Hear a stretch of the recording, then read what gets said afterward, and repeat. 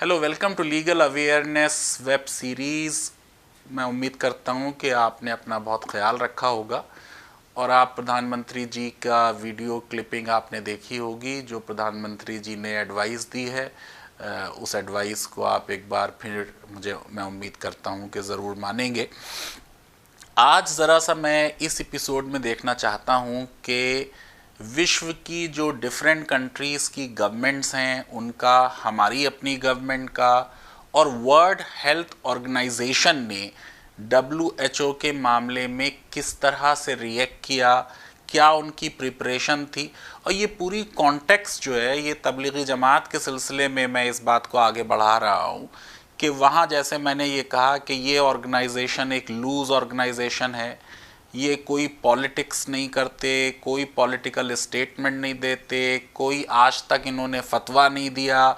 इनके बारे में यही सबसे बड़ा इनका क्रिटिसिज्म है कि जो आज की दुनिया है उसमें नहीं रहते, बल्कि कब्र में क्या होगा उसका ज़्यादा फोकस है, और मरने के बाद क्या होगा, जन्नत मिलेगी या दोज़ख मिलेगी, उस पर ज़्यादा फोकस है। लेकिन मैं बिल्कुल साफ पहले भी ये बात कह चुका हूँ, आज फिर कह रहा हूँ कि मेरे हिसाब से ये मामला रेकलेसनेस का है। मौलाना साद का जैसे ही मलेशिया में पता चला कि एक इस तरह के कॉन्ग्रीगेशन से साउथ ईस्ट एशिया में स्प्रेड हुआ, उनको अपने सारे इवेंट पूरी दुनिया में ख़त्म कर लेने चाहिए थे। इंडोनेशिया का इवेंट वहाँ की सरकार ने लास्ट डे कैंसिल कर दिया।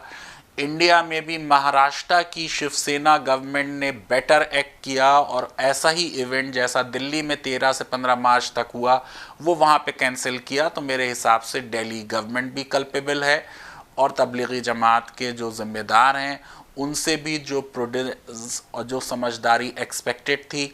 जब खाना काबा बंद हो गया, जब मदीने में मस्जिद नबवी बंद हो गई, तो फिर कोई भी कॉन्ग्रीगेशन की गुंजाइश नहीं थी।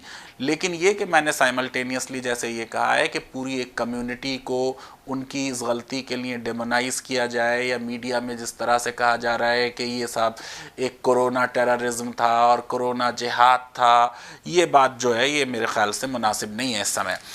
आइए सबसे पहले मैं ये बात कह दूं जो मैं पहले भी कह चुका हूं कि रिलीजन्स और रैशनैलिटी में बहुत बड़ा गैप होता है। रिलीजन के बारे में देखिए, ये कहा जाता है कि ये लीगलाइज मैडनेस है। मैं किसी की फीलिंग्स हर्ट नहीं करना चाहता हूँ, जो जिस मज़हब को मानना चाहते हैं वो मज़हब माने। मज़हब में बहुत अच्छी भी बातें हैं, मज़हब बहुत कंजर्वेटिव भी हैं। संविधान हमारा जो है right to freedom of religion देता है, आप अपनी सुपरस्टिशियस बिलीव्स में भी यकीन कर सकते हैं। लेकिन आप ये देखिए, जो सरकारें हैं उनसे ये एक्सपेक्ट किया जाता है कि वो साइंटिफिक टेम्पर, वो रैशनैलिटी का दामन कभी नहीं छोड़ेंगी। अब आज विश्व में सबसे ज़्यादा केसेस अमेरिका में हो गए। अमेरिका के प्रेसिडेंट डोनाल्ड ट्रंप ने इस कोरोना क्राइसिस के मैनेजमेंट में जो गलती मौलाना साद ने की उससे भी ज़्यादा बड़ी गलती कर दी। अब आप ये देखिए कि जब मैंने 19 मार्च तक के उनके स्टेटमेंट देखे थे तो कोरोना वायरस पर 6 टाइम्स वो अपने स्टेटमेंट्स कंट्राडिक्ट कर चुके थे और उसके बाद भी 5-6 बार और कर चुके हैं। अब मैं आपको ज़रा वो स्टेटमेंट से शुरू करता हूँ कि सबसे पहले उन्होंने ये कहा कि भाई ये कोई बहुत सीरियस चीज़ नहीं है और इसमें हमारे पास बहुत टेस्टिंग किट्स हैं और ये वायरस जो है ये अपने आप ही मर जाएगा और ये डिसअपियर कर जाएगा लाइक अ मिरेकल अगर ये यूएसए में आ भी गया। ये बात जो है आप सोचिए कि यूएस के प्रेसिडेंट कह रहे हैं। जनवरी 22 को पहला केस हो गया यूएसए में और ट्रम्प कह रहे हैं कि we have it totally under control, it is going to be just fine. आज क्या कह रहे हैं वो कि अगर 100,000 से 200,000 की डेथ हुई इसका मतलब हमने इसे बहुत अच्छा मैनेज कर लिया। वही आदमी जो है वो कह रहा है जिस दिन पहली डेथ हो गई कि वी विल बी फाइन। जनवरी 30 को उन्होंने कहा we have very little problem in this country. जनवरी 30 को WHO ने लेट किया था, मैं अभी WHO पे भी आऊंगा, लेकिन world health emergency, public health emergency उन्होंने डिक्लेयर कर दिया था कोरोना वायरस को, तब यूएसए का प्रेसिडेंट ये कह रहा है कि कोई परेशानी की बात नहीं, हमारे यहाँ कोई मसला नहीं। फरवरी 10 को वो कह रहे हैं कोविड-19 will simply die as weather gets warmer, it will go away by April. आज साइंटिस्ट और डॉक्टर्स अमेरिका के बता रहे हैं कि ये 2020 में नहीं जाएगा, ये 21 में जाएगा, अर्ली 21 में। फरवरी 28 को वो क्या कह रहे हैं Trump, Democrats are politicizing corona virus, this is their hoax, their new hoax, ये कह रहे हैं यूएस प्रेसिडेंट। कोई मौलाना है जिसके ऊपर धर्म का एक ब्लाइंड बिलीव्स का पर्दा लगा हुआ है, जिसमें वो ये सोचता है कि मौत और जिंदगी सिर्फ ईश्वर ही देता है, वो बात समझ में आती है कि भाई मजहब में इस तरह की बिलीव्स होती हैं। यहां आप दुनिया के सबसे विकसित देश के प्रेसिडेंट हैं, आप देखिए कैसा मिसमैनेजमेंट हुआ। फरवरी 29 को कह रहे हैं vaccine will be available very quickly, very rapidly. आज डॉक्टर्स बता रहे हैं कि ये वैक्सीन आने में और अभी 7-8 महीने लगेंगे। मार्च 2 को कह रहे हैं president Trump corona virus will be less deadly than common flu. Common flu से हर साल अमेरिका में 26,000 से 70,000 लोग मरते हैं। फ्लू में जो डेथ रेट है, फैटेलिटी रेट, वो 0.1% है, और अब बात आ रही है कि कोरोना वायरस में वो 10 टाइम्स ज़्यादा है। देखिए कंट्राडिक्ट कर रहे हैं अपने को। और ये बात जब कह रहे हैं यूएस प्रेसिडेंट, जब उनके अपने वाइस प्रेसिडेंट कह रहे हैं हमारे पास इनफ टेस्टिंग किट नहीं है, लेकिन ट्रंप कह रहे हैं anybody who needs test will be tested. तो इसका मतलब आप ये देखिए कि अमेरिका में जो ये क्राइसिस हुई, वहाँ कोई तबलीगी जमात वाला नहीं पहुँचा, वहाँ कोई मरकज़ में किसी ने अपना एक धार्मिक उन्माद और रिलीजियोसिटी नहीं दिखाई, लेकिन मिसमैनेज हो गया पूरा कंट्री का। ब्रिटेन के बोरिस जॉनसन, उनको तो बेचारों को खुद ही वो पॉजिटिव टेस्ट हो गए हैं। उन्होंने बड़े गर्व से कहा था मैं सबसे हाथ मिला रहा हूँ। जब हमारे प्रधानमंत्री जी ने सारी दुनिया को राय दे दी थी कि हम सब नमस्ते करें भारत की संस्कृति के हिसाब से, तो बोरिस जॉनसन साहब शेक हैंड की अपनी डींग मार रहे थे। और फिर अब उनकी गवर्नमेंट का क्या स्टैंड है कि वो कह रहे हैं इंग्लैंड के सिटीजन से कि you should get used to dying and see loved ones die. ये एक यूरोपियन कंट्री है, उस कंट्री का प्राइम मिनिस्टर जो है उसने जो इफिशिएंसी दिखानी चाहिए थी कंट्रोल करने की वो नहीं की। चाइना का देख लीजिए, डॉक्टर ली 34 इयर्स का डॉक्टर, उसने 7 दूसरे डॉक्टर्स के साथ इंटरनेट पे अपनी चैट के दौरान बता दिया कि एक ये नया वायरस निमोनिया जैसा आ रहा है, अननोन है। उसको पुलिस ने कहा आप ये नहीं करेंगे, वो डॉक्टर खुद इन्फेक्ट हो गया और मर गया। उसके बाद जिस डॉक्टर ने इसने को सबसे पहले आइडेंटिफाई किया था, तब कुछ चाइना का अथॉरिटेरियनिज्म जागा, और इस डॉक्टर ने भी क्या बात की थी, कोई पॉलिटिकल स्टेटमेंट तो चाइना में कोई दे नहीं सकता, लेकिन उसने मरने से पहले ये लिखा there should be more than one voice in a healthy society. पूरे विश्व में जितने भी देश हैं डेमोक्रेटिक, वो समझ लें अगर एक ही आवाज है देश में, इसका मतलब वो उस देश के लिए अच्छी बात नहीं है, चाहे वो कोई कंट्री हो। जनवरी 23 को क्वारंटाइन हो रहा है इस सिटी का, जहां 35 मिलियन लॉकडाउन कर दिए गए, वुहान सिटी का। इंडिया का देख लें हम अपने केस को, राहुल गांधी को हमेशा हम पप्पू पप्पू बनाए रहे। 12 फरवरी को राहुल गांधी ने कह दिया था कि टाइमली एक्शन बहुत क्रिटिकल है, ये बहुत बड़ी प्रॉब्लम आने जा रही है, इसका बहुत असर होने वाला है लोगों पर और हमारी इकोनॉमी पर, ये ह्यूज थ्रेट है। हमने उस आदमी की बात नहीं मानी। अरे भाई, हमारे देश की रिलीजन से ही एग्जाम्पल दे देता हूं, रामायण से ही दे देता हूं। भगवान राम ने तो लक्ष्मण से कहा कि ये जो राक्षस है रावण अब मर रहा है, इससे भी सीख लो। हमारी तो ये संस्कृति है, अगर राहुल गांधी ने भी कह दिया था, उसकी भी बात अगर सही थी तो उसमें मान लेना चाहिए था। मार्च 20 तक इंडिया में पार्लियामेंट में जिस तरीके की बातें हो रही हैं, आपको बता दे रहा हूं, जनवरी 31 से 23 मार्च तक पार्लियामेंट का सेशन चलता रहा और मास गैदरिंग होती रही। आप समझ लीजिए कि 550 लोग हैं लोकसभा में। 50 questions, 50 questions were asked on coronavirus by the members of the parliament, 27 in Rajya Sabha, 23 in Lok Sabha. What will be the impact on economy? What will be the impact on job? What will be the impact on manufacturing? What is the cure? हमारी बहुत वेग, बहुत non scientific, non serious, routine replies आती रही। पहला case India में हो चुका है 30 जनवरी को। पार्लियामेंट का सेशन हो रहा है 31 को। जो सीरियसनेस दिखाई जानी चाहिए थी वो नहीं। हम यही कहते रहे कि आयुर्वेद में, यूनानी में, होम्योपैथी में इसका इलाज है। अभी भी हमने कल भी कह दिया कि वो प्रिंस चार्ल्स जो हैं वो आयुर्वेद की दवा से ठीक हो गए। अब अभी उनके प्रिंस चार्ल्स के स्पोक्स पर्सन ने इसे कंट्राडिक्ट किया। ये वही बात है जो मैं बार बार कहता रहा हूं कि ओवर रिलीजियोसिटी जो है वो हमारे लिए प्रॉब्लम है।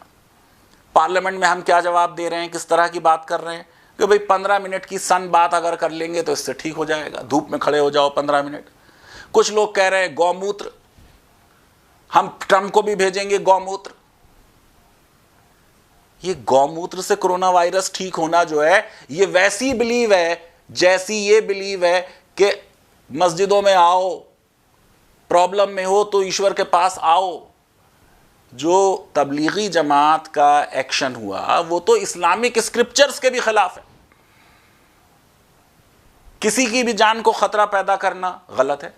कुरान में खुद लिखा है कि अगर एक भी आदमी को आपने मार दिया ये माना जाएगा कि you have killed the entire humanity. एक भी आदमी को बचा लिया आपने तो ये माना जाएगा you have saved the whole humanity. और ये नहीं कहा एक मुस्लिम को बचा लिया और एक नॉन मुस्लिम को मार दिया, ये नहीं। ह्यूमैन बीइंग की बात हो रही है कि एक ह्यूमन बीइंग की जान को भी खतरा नहीं होना चाहिए।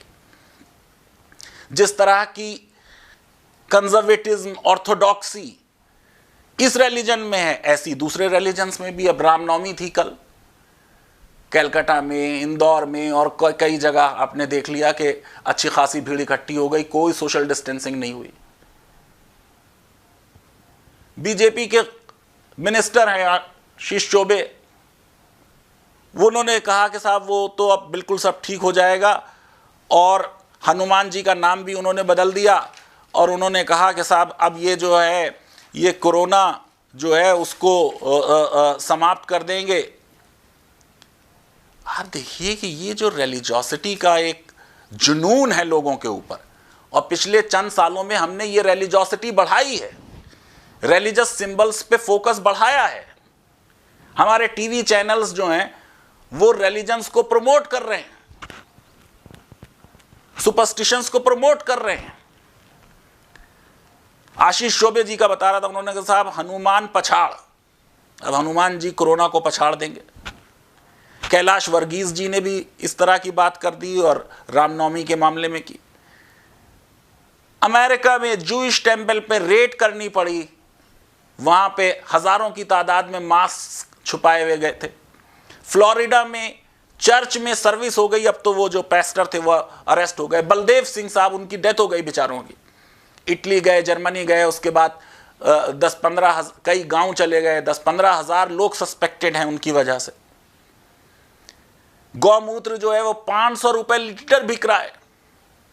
यही वो सारी सुपरस्टिशंस, बिलीफ्स हैं जिनकी वजह से प्रॉब्लम हो रही है। 18 मार्च तक मुख्तार अब्बास नकवी राज्यसभा में कह रहे हैं showing panic will not be in national interest. 13 मार्च को दिल्ली गवर्नमेंट का जो ऑर्डर है लॉकडाउन का वो रिलीजियस कांग्रीगेशंस बैन नहीं करता। जितने करीब निजामुद्दीन के पुलिस स्टेशन है, बिल्कुल कोई काम वहां हो ही नहीं सकता पुलिस की मर्जी के बिना। बहुत अच्छी रिलेशनशिप है उनकी पुलिस से। इतने फॉरेनर्स आते हैं, वो फॉरेनर्स रजिस्टर होते हैं। अब भाई अगर इन फॉरेनर्स ने वीजा रूल्स का वायलेशन किया है तो law will take its own course, punish किया जाना चाहिए। लेकिन तबलीगी जमात जो है वो प्रोसलिटाइजिंग नहीं करती, ये किसी नॉन मुस्लिम पे काम नहीं करती, ये सिर्फ मुसलमानों को ज़्यादा रिलीजियस, ज़्यादा वर्शिपिंग, इनका सारा फोकस वर्शिप पे है। नमाज पढ़ो, नमाज पढ़ो, नमाज पढ़ो पे फोकस है। यही इनका क्रिटिसिज्म होता है इसी बात के लिए। ये तो सारा मामला सरकार में सीरियसनेस आई 20 मार्च को, जब कनिका की पार्टी में चले गए दुष्यंत सिंह और वो पॉजिटिव हो गए, और फिर उन्होंने पार्लियामेंट का सेशन भी अटेंड कर लिया। आप देखिए कि 26 मार्च को तो इंडिया ने डिस्पैच किया है 15 टन्स मेडिकल सप्लाईज चाइना को। हम समझ ही नहीं रहे थे कि प्रॉब्लम हमारे दरवाजे पे आ चुकी है। हर्षवर्धन साहब जो हेल्थ मिनिस्टर हैं, उन्होंने कंफर्म किया ये बात, और ये बात हो रही है 7 दिन पहले, जब WHO कोरोना वायरस को पेंडेमिक डिक्लेयर कर देगा। 4 मार्च से यूनिवर्सल स्क्रीनिंग हो रही है, जिसमें यह कहा गया कि फ्लाइट्स जो चाइना से, हांगकांग से, जापान से, साउथ कोरिया से, थाईलैंड से, सिंगापुर से, Nepal, Indonesia, Vietnam, Malaysia, Italy और ईरान से आ रही हैं, उनकी स्क्रीनिंग की जाए। कैसे ये लोग आ गए इंडोनेशिया वाले, जो दिल्ली से करीमनगर आ गए, हैदराबाद आ गए, क्या उनकी चेकिंग हुई एयरपोर्ट पे? मलेशिया, थाईलैंड के लोग कैसे आ गए यहां पर? देखिए, बात का जब फेयर इन्वेस्टिगेशन होगा तो बहुत आगे तक मामला जाएगा। क्या प्रिपेयर्डनेस थी हमारी? पहला केस 31 दिसंबर को हो जा रहा है चाइना में। इंडिया के हेल्थ इंफ्रास्ट्रक्चर के बारे में बात करना चाहता हूं। गवर्नमेंट हॉस्पिटल हैं हमारे पास 23,582, बेड्स हैं 7,10,761, रूरल एरियाज में हॉस्पिटल हैं 19,810, लेकिन बेड्स हैं 2,79,588, और देश की 70% पॉपुलेशन है रूरल एरियाज। अर्बन एरियाज में हॉस्पिटल हैं 3,772, बेड्स हैं 4,31,173। फिर रूरल एरियाज में कुछ हमारे प्राइमरी हेल्थ सेंटर्स हैं 25,650, सब सेंटर्स हैं 1,56,231, कम्युनिटी हेल्थ सेंटर्स हैं 5,624। आपको बहुत छोटी सी चीज बता दे रहा हूं, ब्लड बैंक्स, 3 ब्लड बैंक हैं इंडिया में 10 लाख लोगों के लिए। क्योंकि हमारा इन्वेस्टमेंट ही नहीं है, ना हम एजुकेशन में इन्वेस्ट करते हैं, ना हेल्थ में इन्वेस्ट करते हैं। Almost entire health education centre हमने प्राइवेटाइज कर दिया, हेल्थ सेंटर भी ज़्यादातर प्राइवेटाइज हो गया। ग्लोबल हेल्थ सिक्योरिटी इंडेक्स 2019 में इंडिया जो है 57 नंबर पे है आउट ऑफ 195, और हमारा 50% से कम स्कोर है जिस पे पास होना चाहिए, 46.5 आउट ऑफ 100। विश्व में हम 67th रैंक पे हैं इन डिटेक्टिंग एपिडेमिक, और टॉप 20 में कौन कंट्रीज हैं? USA, UK, Netherlands, Sweden, South Korea, Singapore, Thailand. जो टॉप 20 वाले कंट्रीज हैं वो मैनेज नहीं कर पा रहे हैं, आप देख लीजिए। तो हम कैसे मैनेज करेंगे? अब आइए WHO पे मैं अपनी बात खत्म करूंगा। तबलीगी जमात वाले तो rural people, illiterate people, semi literate people में ज्यादा काम करते हैं। उन्हीं को नमाजें सिखाते रहते हैं और उन्हीं को समझाते रहते हैं, ऐसे वर्शिप करो, ऐसे वर्शिप करो, ऐसे इबादत करो। 31 दिसंबर 2019 में वुहान में आउटब्रेक हो गया एक अननोन निमोनिया का। 1 महीना लिया WHO ने, जनवरी 31 में इसको पब्लिक हेल्थ इमरजेंसी डिक्लेयर किया। जनवरी 10 में जो एडवाइजरी जारी की उसमें लिख दिया नो ट्रैवल रिस्ट्रिक्शंस रिकमेंडेड। ये मैं WHO की वेबसाइट पे जाके उनकी सारी ये डिटेल्स ली हैं मैंने। Early screening offers little benefit while requiring considerable resources, ये WHO कह रहा है। इसीलिए हमारे यहां भी लेट हो गया। मोदी सरकार को ब्लेम देना बेकार है इस मामले में, जबकि राहुल गांधी ने कह दिया था फरवरी में। लेकिन जब WHO खुद कह रहा है तो कैसे हमारी सरकार एक्ट करती? January 24, human to human transmission confined to Wuhan city, but also some other places in China and internationally. No restriction on international travel. जनवरी 30 को डायरेक्टर जनरल WHO के पब्लिक हेल्थ इमरजेंसी डिक्लेयर करते हैं. February 11 travel restrictions be short. Entry level पे screening कर लीजिए, जो suspected हैं उन्हें डिटेक्ट कर लीजिए, क्वारंटाइन कर लीजिए, उन्हें खाना खिलाइए, ये सब कीजिए. February 29 WHO अब ये एडवाइस करता है कि भाई ट्रेवल और ट्रेड रेस्ट्रिक्शंस जो हैं वो कम रखी जाएं. एविडेंस ये कहती है कि रेस्ट्रिक्शन मूवमेंट पे करना ही इनइफेक्टिव होती हैं during public health emergencies. February 29 तक ये चल रहा है मामला. लेकिन यहां एक खास बात कही उन्होंने, कहा टेम्परेचर स्क्रीनिंग इफेक्टिव नहीं होती. जो हमारे यहाँ 4 मार्च से शुरू होगी इतने लेट, वो भी सिर्फ टेम्परेचर स्क्रीनिंग है. और आपको मालूम है ये न्यूज़ आ गई कि पैरासीटामॉल लोगों ने खा ली 1 घंटे पहले लैंड होने के, और उसके बाद वो बाहर निकल गए. अब इन्होंने ये कहा 29 फरवरी को कि जो अफेक्टेड एरियाज से ट्रेवलर आ रहे हैं वो मॉनिटर करें, अपने आप को सेल्फ क्वारंटाइन करें. मार्च 11 को जाके WHO ने पेंडेमिक डिक्लेयर किया है. कितना लेट, 2 महीने 10 दिन लेट. और अप्रैल 3 में अब ये बात हो रही है, ये भी कंफ्यूजन रहा एयरबॉर्न है या नहीं है, कितना है कितना नहीं. तो WHO जो इसका टॉप ऑर्गेनाइजेशन है, वो भी आप सोचिए कि इस मामले को सही से मैनेज नहीं कर पाया. जो विश्व की सरकारें हैं वो सही से मैनेज नहीं कर पाई. दिल्ली गवर्नमेंट सही से मैनेज नहीं कर पाई. कितने हमारे मंदिर जो है वो 18-19 मार्च तक, चाहे वैष्णो देवी हैं, तिरुपति हैं, सोमनाथ टेम्पल में 17-18 मार्च तक जो है 5,000 लोगों का फुटफॉल हो रहा था. तिरुपति में 4,000 लोग पर आवर आ रहे थे. काशी विश्वनाथ टेम्पल 20 मार्च तक चलता रहा. अरे कल रामनवमी में 1 अप्रैल में भी कई लोग चले गए. जरूर रेकलेसनेस का मामला है, जरूर लायबिलिटी फिक्स होनी चाहिए. लेकिन मैं कभी कभी ये सोचता हूं कि जब लॉकडाउन हो गया, पहले दिल्ली का हो गया, पहले जनता कर्फ्यू हुआ, फिर दिल्ली का लॉकडाउन हो गया, फिर नेशनल लॉकडाउन हो गया, ये लोग वहां फंस गए. पुलिस को मालूम था ये वहां पे फंसे हुए हैं.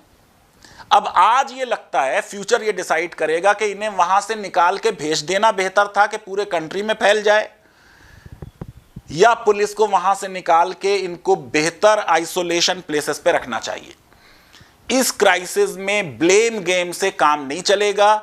ये एक कलेक्टिव फेलियर है विश्व की सरकारों का, WHO का, दिल्ली सरकार का और तबलीगी जमात का, कि जो उनसे एक्सपेक्टेड थी फारसाइटेडनेस, मैच्योरिटी, मजहब को हटा के इस मामले में साइंस को देखने की, प्रॉफिट मोहम्मद की उन हदीसों पे अमल करने की जिसमें उन्होंने कहा कि अगर कहीं पे कोई इन्फेक्टेड जगह है तुम वहां ना जाओ, अगर तुम वहां हो तो वहां से ना निकलो, घरों पे नमाज पढ़ लो.